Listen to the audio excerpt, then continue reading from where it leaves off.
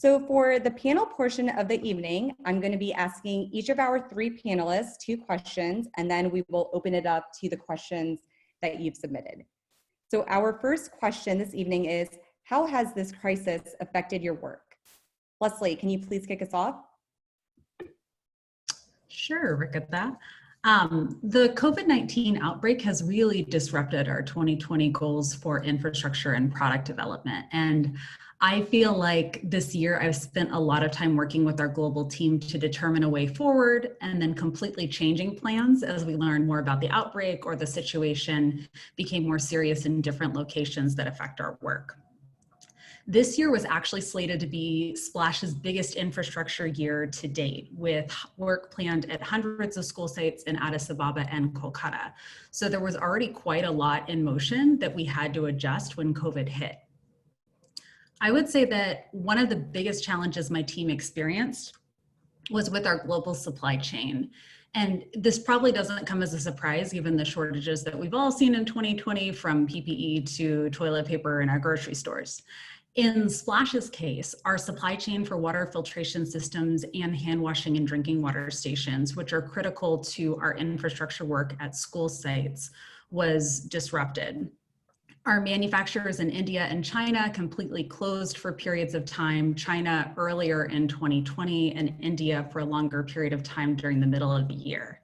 And the freight routes that we relied on to transport water filters and stations from our manufacturers to Splash offices in Addis and Kolkata were diverted for critical PPE shipments or completely canceled. And finally, one of the other challenges we saw was that the customs offices that actually cleared those shipments once they got to those cities had long relied on paper documentation, and they really struggled to keep up with shipment processing once freight arrived, which meant that there were a lot of delays in freight sitting in one place and waiting to get cleared. Luckily, we made some changes in late 2019 we spent a significant amount of time focused on resources to improve our vendor relationships and logistics capacity. And so that really set us up for much more success once COVID hit, and it made it easier to get back on track than I think it would have if we hadn't front-loaded that work at the end of last year. And I would say that secondly, and really more importantly, we had to reassess the people component of our work and think through what work we felt like our teams could complete safely at school sites and what needed to just be put on hold until a later date. In the early stages of the outbreak, we made some tough decisions to limit work in Kolkata and in Addis in order to ensure staff's safety and also to comply with the local regulations in those cities. Once we were able to have a bit more access to work, we really had to think through how to complete work safely. And we worked with local team members to develop detailed site safety protocols that they were comfortable with and to ensure that PPE was available for any site visits. And we've really, over the last 6 months or so, just continually revised those protocols as things have changed or different issues have arose. Thank you, Leslie. Megan, over to you. Yeah, I want to take a step back and just share first a little bit more about what behavior change means at Splash. I think it can mean different things to different people, and so it's helpful to hear the context of what it is for us, and then I can jump into how it's been affected. I remember when I was in school and they would teach about the importance of exercise or the harm that can be caused from smoking. But just because we know that we should be exercising doesn't mean that we do it. Behavior change for us goes far beyond the reach of knowledge. Splash really sees behavior change at the intersection of hardware, or the infrastructure that Leslie mentioned, and software, which is really our curriculum and our content and our programs. We design our hardware and our environments to create change. We want to have a bright and colorful bathroom, which can be more inviting, or a mirror above a hand washing station, which it can encourage use. That is side by side with curriculum and content that is based on behavioral science and understands what parts of our brain trigger which types of behaviors. When this pandemic hit, I'm guessing that everyone on this call started to increase hand washing. I remember seeing memes about hands looking more like snake skin because they were so dry from washing your hands so often. And even though I spend almost every day thinking about hand washing, I too had increased my hand washing a lot. But the reason wasn't a change in knowledge. Most of us already know the benefits of hand washing. The driver was from motivation, and that motivation can be really different for different people, which is why we target our messaging to meet people where they're at. So a kindergartner, there's a fly that went on my screen. Sorry about that. A kindergartner might want to mimic a parent or a teacher, while a teenager wants to mimic a friend. So our behavior change programs have to be designed in a way that is really targeted to what is going to shift each individual's behavior. Our behavior change programs also go hand in hand with our infrastructure work. We never want to install hardware without providing programs to guide students and staff in proper use of that infrastructure. And with the schools shut down, we were forced to halt all of our in-person interactions.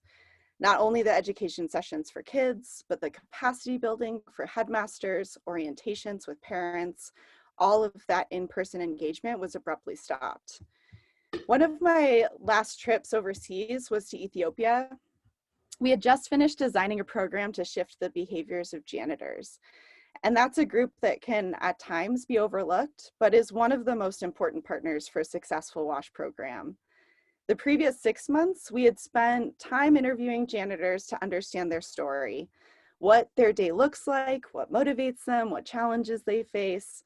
It was clear that it was a group that didn't see the recognition that they deserved. And so Splash had built a program with their motivations at the core, and we provided them with a full day training, which was something that they had never received. We brought together janitors from multiple schools to build a sense of community and camaraderie, and so that they could learn from each other. And then we worked with the students and principals to have a school-wide celebration, recognizing their work and all that they contributed to the health of students.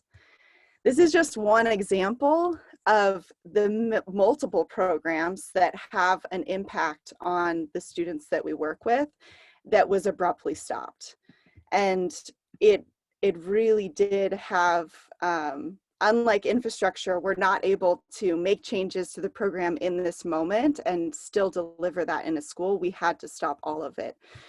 But I and my colleagues will know that this is true of me. I'm a learner at heart. And so with these closed doors, we did see that there are open doors as well.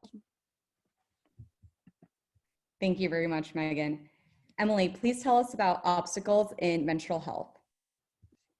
So for the menstrual health program, to really understand the impact of COVID, we kind of need to rewind a year before the pandemic hit. The Splash menstrual health team had taken under this mammoth effort to redesign our program, figure out new ways to engage girls and their social networks to really improve their menstrual experience at schools. So we did a deep level of research in both geographies with hundreds of data collection events. And then we also were able to do some incredible human-centered design sessions with girls, which are really fun activities. And I want to share a couple pictures from those activities just because I think it'll give you a lot of insight into what we were doing with the girls. So you can see in this picture that the girls are all in a brainstorm session where they're thinking through what types of interventions they want to see in their schools. And so those sticky notes are all the different ideas of how they can build out narratives for other girls to relate to their experiences while building their levels of knowledge and self-efficacy to manage their menstruation. Here we see them brainstorming around what types of different components they want to see in the bathrooms that they use at school, and how to advocate for those to their teachers and to the administration. So they were having these incredibly dynamic conversations. We were learning so much from the girls that we're hoping to help build their confidence and empowerment around menstruation. And then we took those findings in addition to the research that I mentioned, and we were going to launch all of this new data to the global stakeholders in the menstrual health sector. So all the brightest minds of women and men that work in gender empowerment, WASH in schools, menstrual health specifically, we had planned to bring everyone together at this massive summit in March, right when the pandemic hit. And it was going to be in Ethiopia. And it was a 3-day summit that would include school visits and brainstorming sessions. And we would all be in a conference room for some of the day, you know, in close contact. And so when COVID hit, we had to make this really difficult decision to cancel the summit as we had originally designed it and switch it to a remote format. And this meant that, you know, we're going to be doing it over Zoom. We didn't want to be requiring people to be on a Zoom call for 6 hours of the day for 3 days straight, as the normal time allotment would have been if it was in person. So we had to prioritize what are the activities we actually conducted through Zoom. And we decided that the most critical component of the program design that we needed to move forward in the current COVID situation was the selection of the pilots that would make up the new program components that Splash would be implementing in their menstrual health program. And the selection of these pilots was successful. We brainstormed with a lot of these incredible stakeholders, as I mentioned. So we went through questions of how might we increase support for girls during her first period. And we looked at things like the built environment and the felt environment. So the built environment is that infrastructure that Leslie mentioned. And that felt environment is this social network and how she experiences her social peers and her internal experience of menstruation, stigma, social norms, all the things that are like your heart, you know, how you feel about yourself within your own social system. And then we also talked a little bit about policy, because a lot of these program components we'd have to be really advocating for to government and to school administration. And a lot of great ideas came out of this discussion with these stakeholders. And we had some headmistresses from Kolkata join the conversation, so we could really context bound our recommendations for these different program components.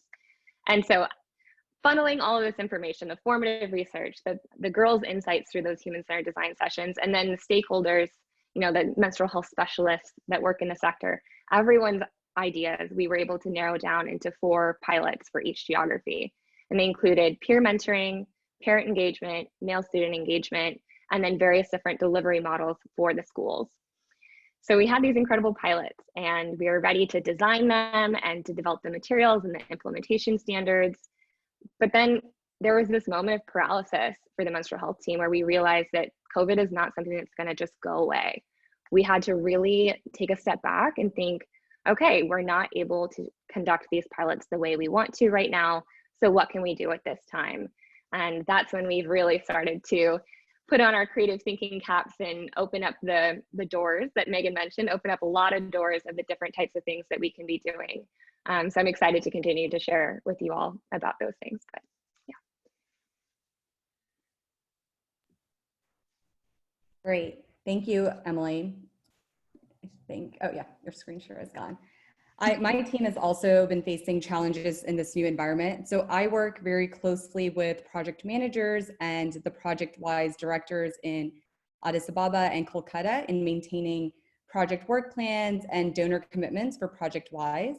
And for those of you who aren't as familiar with ProjectWise, this is Splash's initiative of reaching 100% of government schools with our water, hygiene, behavior change, and menstrual health intervention. And as you can imagine, it's been very difficult maintaining a work plan in this current environment with all of the uncertainties we're seeing during this time, ranging from limited movement within the cities, new government regulations and mandates coming out, and into just have like little to no direction as to when schools are going to reopen.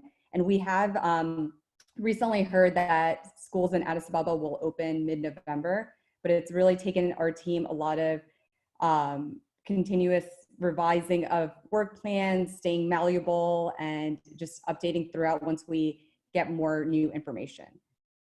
And so now that we've heard about some of the challenges that our teams at Splash have been facing and some of the obstacles, what opportunities exist in this new landscape? And before I hand this off to Leslie, I just wanted to remind everyone to use that Q&A functionality to submit any questions you have for our panelists. We really want to, we're starting with these questions, but we really want to know what you want to know from us. So I'm going to start with Leslie. Sure, thanks, Rikita. And I'm actually going to share my screen really quick so you can see a photo of what I'm talking about. Fingers crossed that this works. I'm terrible with screen sharing. Oh, and you know what? I don't know if I can actually get this up, Rikita. If I share the file with you, could you maybe post it on your end? I can. Thank you. It wouldn't be a Zoom meeting if we didn't have any tech issues. Yeah, exactly. Sorry that I'm the technical difficulty with this one. But yeah, I think as Megan touched on earlier, this new landscape has really presented an exciting opportunity for Splash's hand washing stations in particular. Splash has focused on hand washing for years now, which really isn't something that you see a ton of focus on in the wash sector, particularly thinking about the actual hand washing station products, so your physical station. But given COVID, hand washing stations and hand washing in general really gained attention in a way that like you just hadn't previously seen in the sector. Brigitte, are you able to pull it up or do you want me to send it to you? My Outlook is actually upgrading right now. Just to add to all of the challenges. Leslie, just to confirm, is this the file that you sent yesterday? Yeah, this is the PowerPoint file I shared with you yesterday. Okay, give me a Thank second. you all for your patience. Awesome. Thank you so much, Very. I appreciate it. Well, so in a minute, we're going to hopefully share some pictures of you that show, that give a sense of Splash's hand washing and drinking water station designs. I know that some of the people on this call are probably more familiar with them than others. But we've been working on our own stations for about a decade now, and they're designed for children in school settings. Our latest station designs, you can see them there. Thank you so much, Very. Our latest station designs are fabricated from plastic, which is a really important step that allows us to produce at a consistent quality and at larger volumes. They're durable, easy to install and maintain. And another feature that we're really excited about is the way they incorporate behavior change thinking to promote positive hygiene behaviors.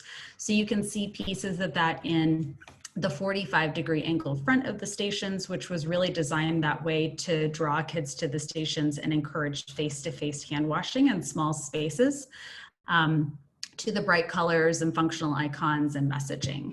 They are much more kid-friendly than the majority of projects that you see in the hand washing space.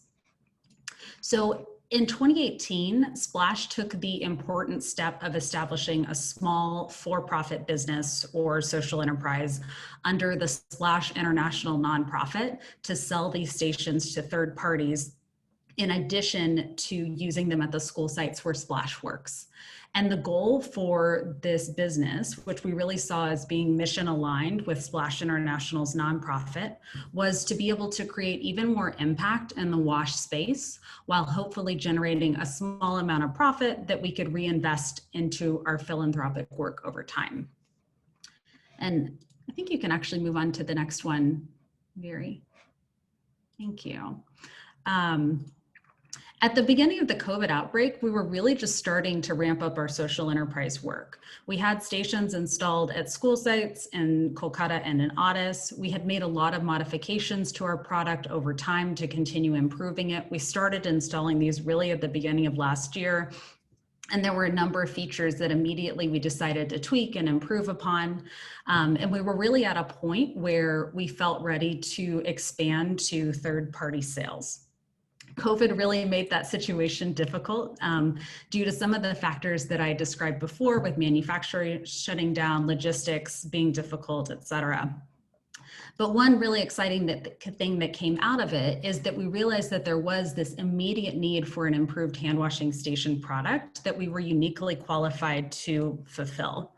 And so we had always intended that we would iterate upon these existing hand washing station designs. These are clearly designed to appeal to kids in school settings. And while we thought that they would be useful in some other settings, one really cool feature of the stations is they have these optional risers that you can add to the bottom to be able to increase the height so that they can serve from kids up to young adults or adults. So we thought that there was a definite use for these in light of COVID-19, but we also thought that there was a lot of room to improve. And with the COVID outbreak, we were able to pause and think a bit more about what next steps for our hand washing stations looked like. And we actually recently secured the funding needed to develop an improved hand washing station product for COVID response in institutional settings. We anticipate that we're going to build a number of the positive features from our current hand washing stations into this new product. And we also think that we'll be able to improve our existing product based on the things that we learn from this new phase of product development. And like I said, in the meantime, while we're developing this, our current hand washing station products will actually be available for sale to third parties, which is really exciting to be able to provide that immediate solution, but also work on something that we think is long-term an improved product for people to use. The project launched this summer, and our goal is to have a hand washing station that's ready for manufacturing at scale by the end of 2021. We're really excited about this new project, and the opportunity really wouldn't have presented itself without the increased emphasis on hand washing in response to COVID-19. Thank you, Leslie. Megan, what opportunities exist in behavior change?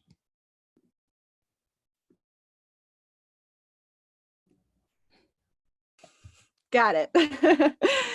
I was reflecting on this, and truth be told, there have been some ups and downs. When COVID first started to affect our target cities, we jumped into action mode, trying to seek out what opportunities there could be.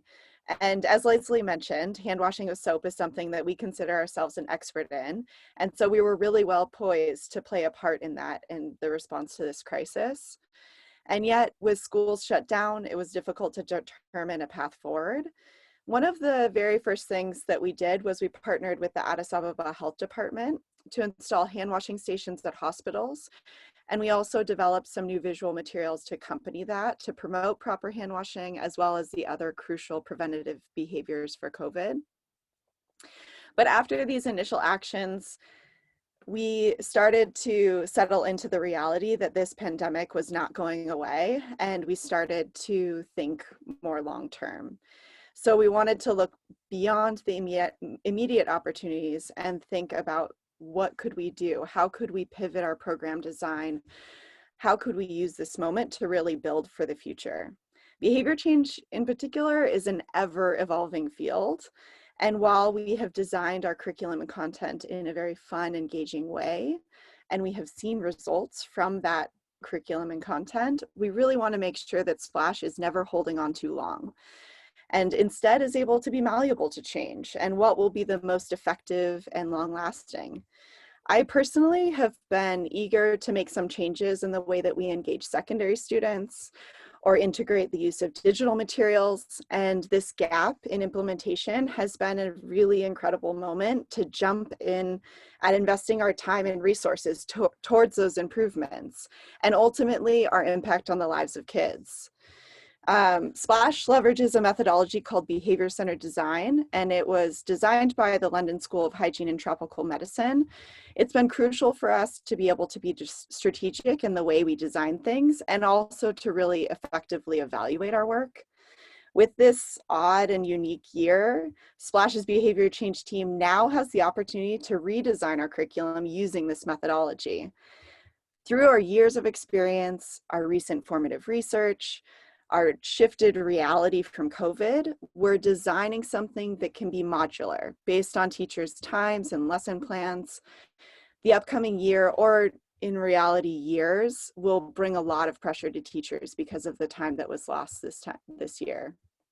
We really want to make sure that the Splash curriculum is as easy and seamless as possible to implement. We're also making sure that the content is age appropriate, customizing it so that it can motivate each group based on their specific drivers. And another big shift, as I mentioned, is that we want each lesson to have the option of digital or in-person dissemination. Not only will this allow us to have multiple avenues of impacting kids, it also compiles our program in a way that is ready for replication to other cities and countries, allowing an opportunity to exponentially increase the impact on wash and wash behaviors in the future. So while these improvements have been a goal for me personally and the behavior change team, we would not have been able to fully dedicate our time and effort towards this change had it not been this year's circumstances. And the devastation of a pandemic is very real and not forgotten. But at the same time, I'm inspired by my colleagues and by Splash and all of your support that we do not have to become obsolete in this moment. We instead can pivot, we can innovate, and find those opportunities to pursue. Thank you so much for sharing that, Megan. Emily, what opportunities exist in the menstrual health landscape? So for menstrual health, I mentioned that we were designing these software pilots that were meant to be delivered in school. So when we made the determination that that wasn't going to happen in the near future, we decided to totally shift course, like Megan was just saying, to think how we can reach girls at home. Girls are still menstruating, of course, and many are experiencing menarche for the first time during a pandemic. And there is a sense of urgency that they need accurate information and support and a way to feel confident about their bodies during this really critical moment in their lives. So to better understand how we can reach girls at home, we've partnered with a firm called Quilt AI, and they are conducting a digital landscape for us. So that digital landscape means that they're looking into the online behaviors of the girls that we're trying to reach. What platforms do they use? What types of information are they searching for? How do they talk about menstruation and puberty-related topics among their peers on social media? And we're getting a lot of insight into the knowledge gaps, what motivates them, what makes them feel empowered, and the questions that they have about their body during a really important time in their life and during a really challenging time globally. So with that digital landscape, we're going to be able to design program components using virtual platforms. And one that I'm really excited to share is a menstrual health focused mobile phone application called Oki. And I'm going to just share my screen again so you guys can get a little bit of an insight into what Oki looks like. So this is the app, and how it looks in the App Store. So you can see it's a lot of bright colors. On the first little phone image, you see that there's like this cycle tracker with a girl next to it. So when girls log into this app, they can choose their own avatar and personalize their profile. And this is a place for them to log their periods, learn more about what normal period symptoms are, and the different types of pieces of information that they need to feel confident in their bodies. So this is such an amazing opportunity for Splash to be delivering that critical information to girls digitally. But outside of the app, we're also thinking through, okay, we now have this moment to think about virtual platforms and virtual engagement. And so in Kolkata, we are doing a really fun pilot on using WhatsApp as a training platform for what we hope to be teachers and school mobilizers in the future. But right now we're doing it internally in Splash. So we're leading a training on menstrual health and just kind of figuring out how can we use WhatsApp or other applications that are commonly used amongst the people in the geographies that we are working in. So in Ethiopia, it would be Telegram. And then in Kolkata, it would be WhatsApp. And it's been really interesting to learn how people interact on those applications, and the possibility there to like really deliver high quality information, engage different people in brainstorms, and really continue to push our work forward in training the critical people that are on the ground delivering our programs. So another fun side of this WhatsApp training is the potential to create a parent support group. So when I mentioned our software pilots that we had selected and we're hoping to pilot in schools, parent engagement was a big one for us. And we imagined that would be in the form of a parents' night where we would give them materials that covered all the misconceptions around menstruation and accurate information and how to talk to your kids about puberty, something that a lot of parents aren't comfortable with. And so now we're thinking maybe WhatsApp could be a really great way for us to create small parent support groups where they could be asking each other for information and supporting each other. So a lot of new opportunities, and our creativity is being totally sparked, and I'm excited to see what my colleagues in the field come up with. I mean, the MH team, Mayuri and Belen, who are in Ethiopia and Kolkata respectively, they are the engine that's fueling all of this creativity and ideation around what's possible, because they know their cities and these schools better than anyone, and they've really come up with some incredible ideas that are so inspiring. So like Megan said, this pandemic is not something to view lightly, but it has given us this opportunity to do new and exciting things that I don't know if we would have been pushed to do this soon, at least, if it hadn't happened. So some good came from it. Thank you so much, Emily, Leslie, and Megan. We are going to start the Q&A portion of this. For those who have not been able to submit your questions, please keep submitting them as we go through the questions. We have a team behind the scenes monitoring the questions. So the first question, let me pull it up. It is for Leslie. Oh, and now I am, sorry, I'm like missing it now. It is, Leslie, can you highlight the differences between Splash Social Enterprise and the Splash Stations project for COVID-19 relief? Yeah, absolutely. And it's a good question, and one that I've had to think through and figure out how to try to be really clear about over the last few months. So Splash Social Enterprises was established in 2018, and it's our, the small for-profit business that I talked about, from which we want to sell our hand washing and drinking water stations. Well, are selling them currently. And this new hand washing project is just an initiative of that business. So it's going to be a really big focus for us over the next year, but we'll also be really focused on continuing to build our business entity, and also supporting the ongoing product development and manufacturing of our existing hand washing and drinking water stations for schools that you saw pictures of. And there was one other quick question that came in about the social enterprise from Ruth, and I wanted to answer that really quick. Ruth, I'm sorry if I was being jargony before, but institutional settings, we really see that as being primarily like healthcare facilities, community centers, et cetera, basically like places where people gather. And it's kind of, I use that term just to differentiate between more like stations that are for household settings, which are one of the other really big markets for hand washing stations that you've seen grow given COVID-19. Thank you, Leslie, and thank you, Ruth, for that question. I have another one here for Megan. Do all kids have access to the devices, or will they need to engage with the materials, and how will you address limitations in digital access? Yeah, that's been really challenging, and it's been challenging to uncover, particularly when we don't have access to schools, to know exactly what we can expect. When I was talking earlier about being modular in the way that we're designing our curriculum and content, I didn't just mean that lessons can be delivered at different moments and different times. We're also building that so that it can have a different delivery mechanism depending on the contents of what each school is facing.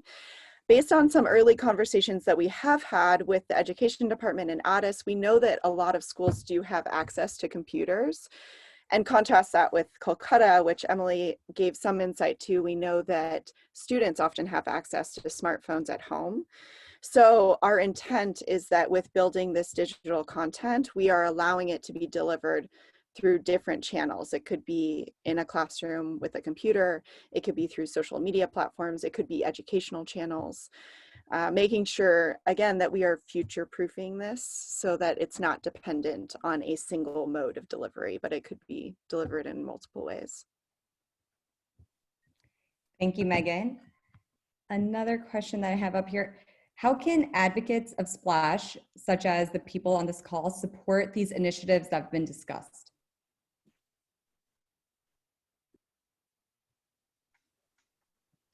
I'm happy to jump in on this one. Oh, or Eric, you are much more well poised to answer the question of filling the COVID Well, silence. as you'll hear at the end, we're going to be reaching out to you next week around Global Handwashing Day, and we'll be talking a lot about leveraging this incredible community of support.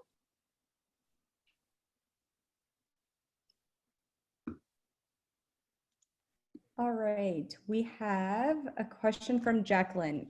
Given all the changes you are managing, how are your donors partnering with you to solve problems and plan for the long term? I heard this question was coming up, so I came back. Hi. Hi, everyone. I'm Cindy Berg, the Chief Development Officer, and I think that's a great question, Jackie. Thanks so much. I would say, to begin with, the donors that we have been incredibly flexible, and in turn, we've really communicated consistently about the challenges that we're having.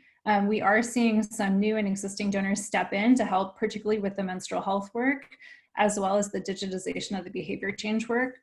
So one of the donors is the case for her, or Charity Water is wondering how they can help get involved on the behavior change transformation program. But I think it's actually really a big opportunity. Donors are often compelled by new ideas, and particularly, new ideas that can help address this COVID reality. So I think I'm really optimistic about that. We've seen good support. Thank you, Cindy, and thank you, Jackie, for submitting that question. So I want to be mindful of time. So we have time for just one more question, and it is for Emily. How do you see Splash's MH program evolving over the next few years? Well, it's crazy that it's evolved so much before it's even formally launched. But I think that the goal of the way we're designing the menstrual health program is that there's going to be touch points built into how the program is rolled out that are going to be trigger points for our team to say, okay, let's check in, and is our program delivering the type of information through the channels that are most appropriate for girls? I mean, 5 years ago, social media was not as huge as it is today, and the capabilities of sharing videos and content, it's really expanded. And in a development setting, that market is ever expanding at this point, and digital access, digital literacy is something that I think we'll definitely be leveraging more and more, because young girls, teenagers, they're all about their social networks and sharing information and supporting each other. And I've seen such really inspiring examples of these young girls empowering each other. So I hope to leverage platforms where they are comfortable and where they're talking amongst each other, girlfriend to girlfriend. So I hope that, through those touch points that we can make sure that we're checking in with our program, and like Megan said, ensure that it's ever evolving as the needs and wants of our target audiences are evolving. Thank you, Emily. And thanks again to all of our panelists and for each of you for tuning in and asking such thoughtful questions.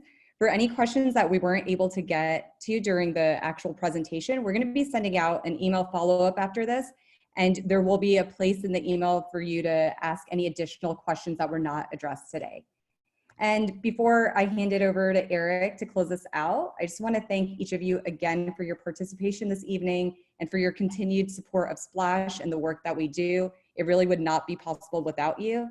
And over to you, Eric. Thanks, Rikita. I hope you're walking away from this call with a couple key takeaways. First, this is a really unique moment, and Splash is tackling these issues head on. Second, we have a plan to support students as they remain out of school, as well as when they return to the classroom. And honestly, that's what's most inspiring to me, this team. The things we're doing now during the pandemic to meet the immediate needs of COVID and the intermediate needs of students while out of school can ultimately be bolted on to our larger programming once schools do start back up, and they will. They'll start back up fully. And this gives us the ability to have as our primary focus our tried and true school-facing intervention. And as a secondary focus, to start to have several new avenues to continue reinforcing messages and engaging with students outside the school, making our work far more comprehensive. While it is a sometimes scary era we find ourselves in, I am so proud of how this team is working to meet the new needs of today, while constantly thinking of the traditional needs still to come. Whatever normal actually looks like in 2021, I'm just really inspired by this team's commitment to stay true to what we do best while constantly reassessing how we can do it better no matter the conditions. Splash's community of supporters is making this work possible, and we truly could not do it without you, as Rikita has said wonderfully, as she said 3 times now, and I'm going to reinforce it a 4th time. We are very, very grateful for your support. We'll continue keeping you up to date and ask that you keep Splash in mind when looking for ways to help those hit hardest by the pandemic. You'll be hearing from us next week on Global Handwashing Day, October 15th. And in the meantime, please stay healthy and safe. Thank you so much, and I hope you have a great evening. Thank you.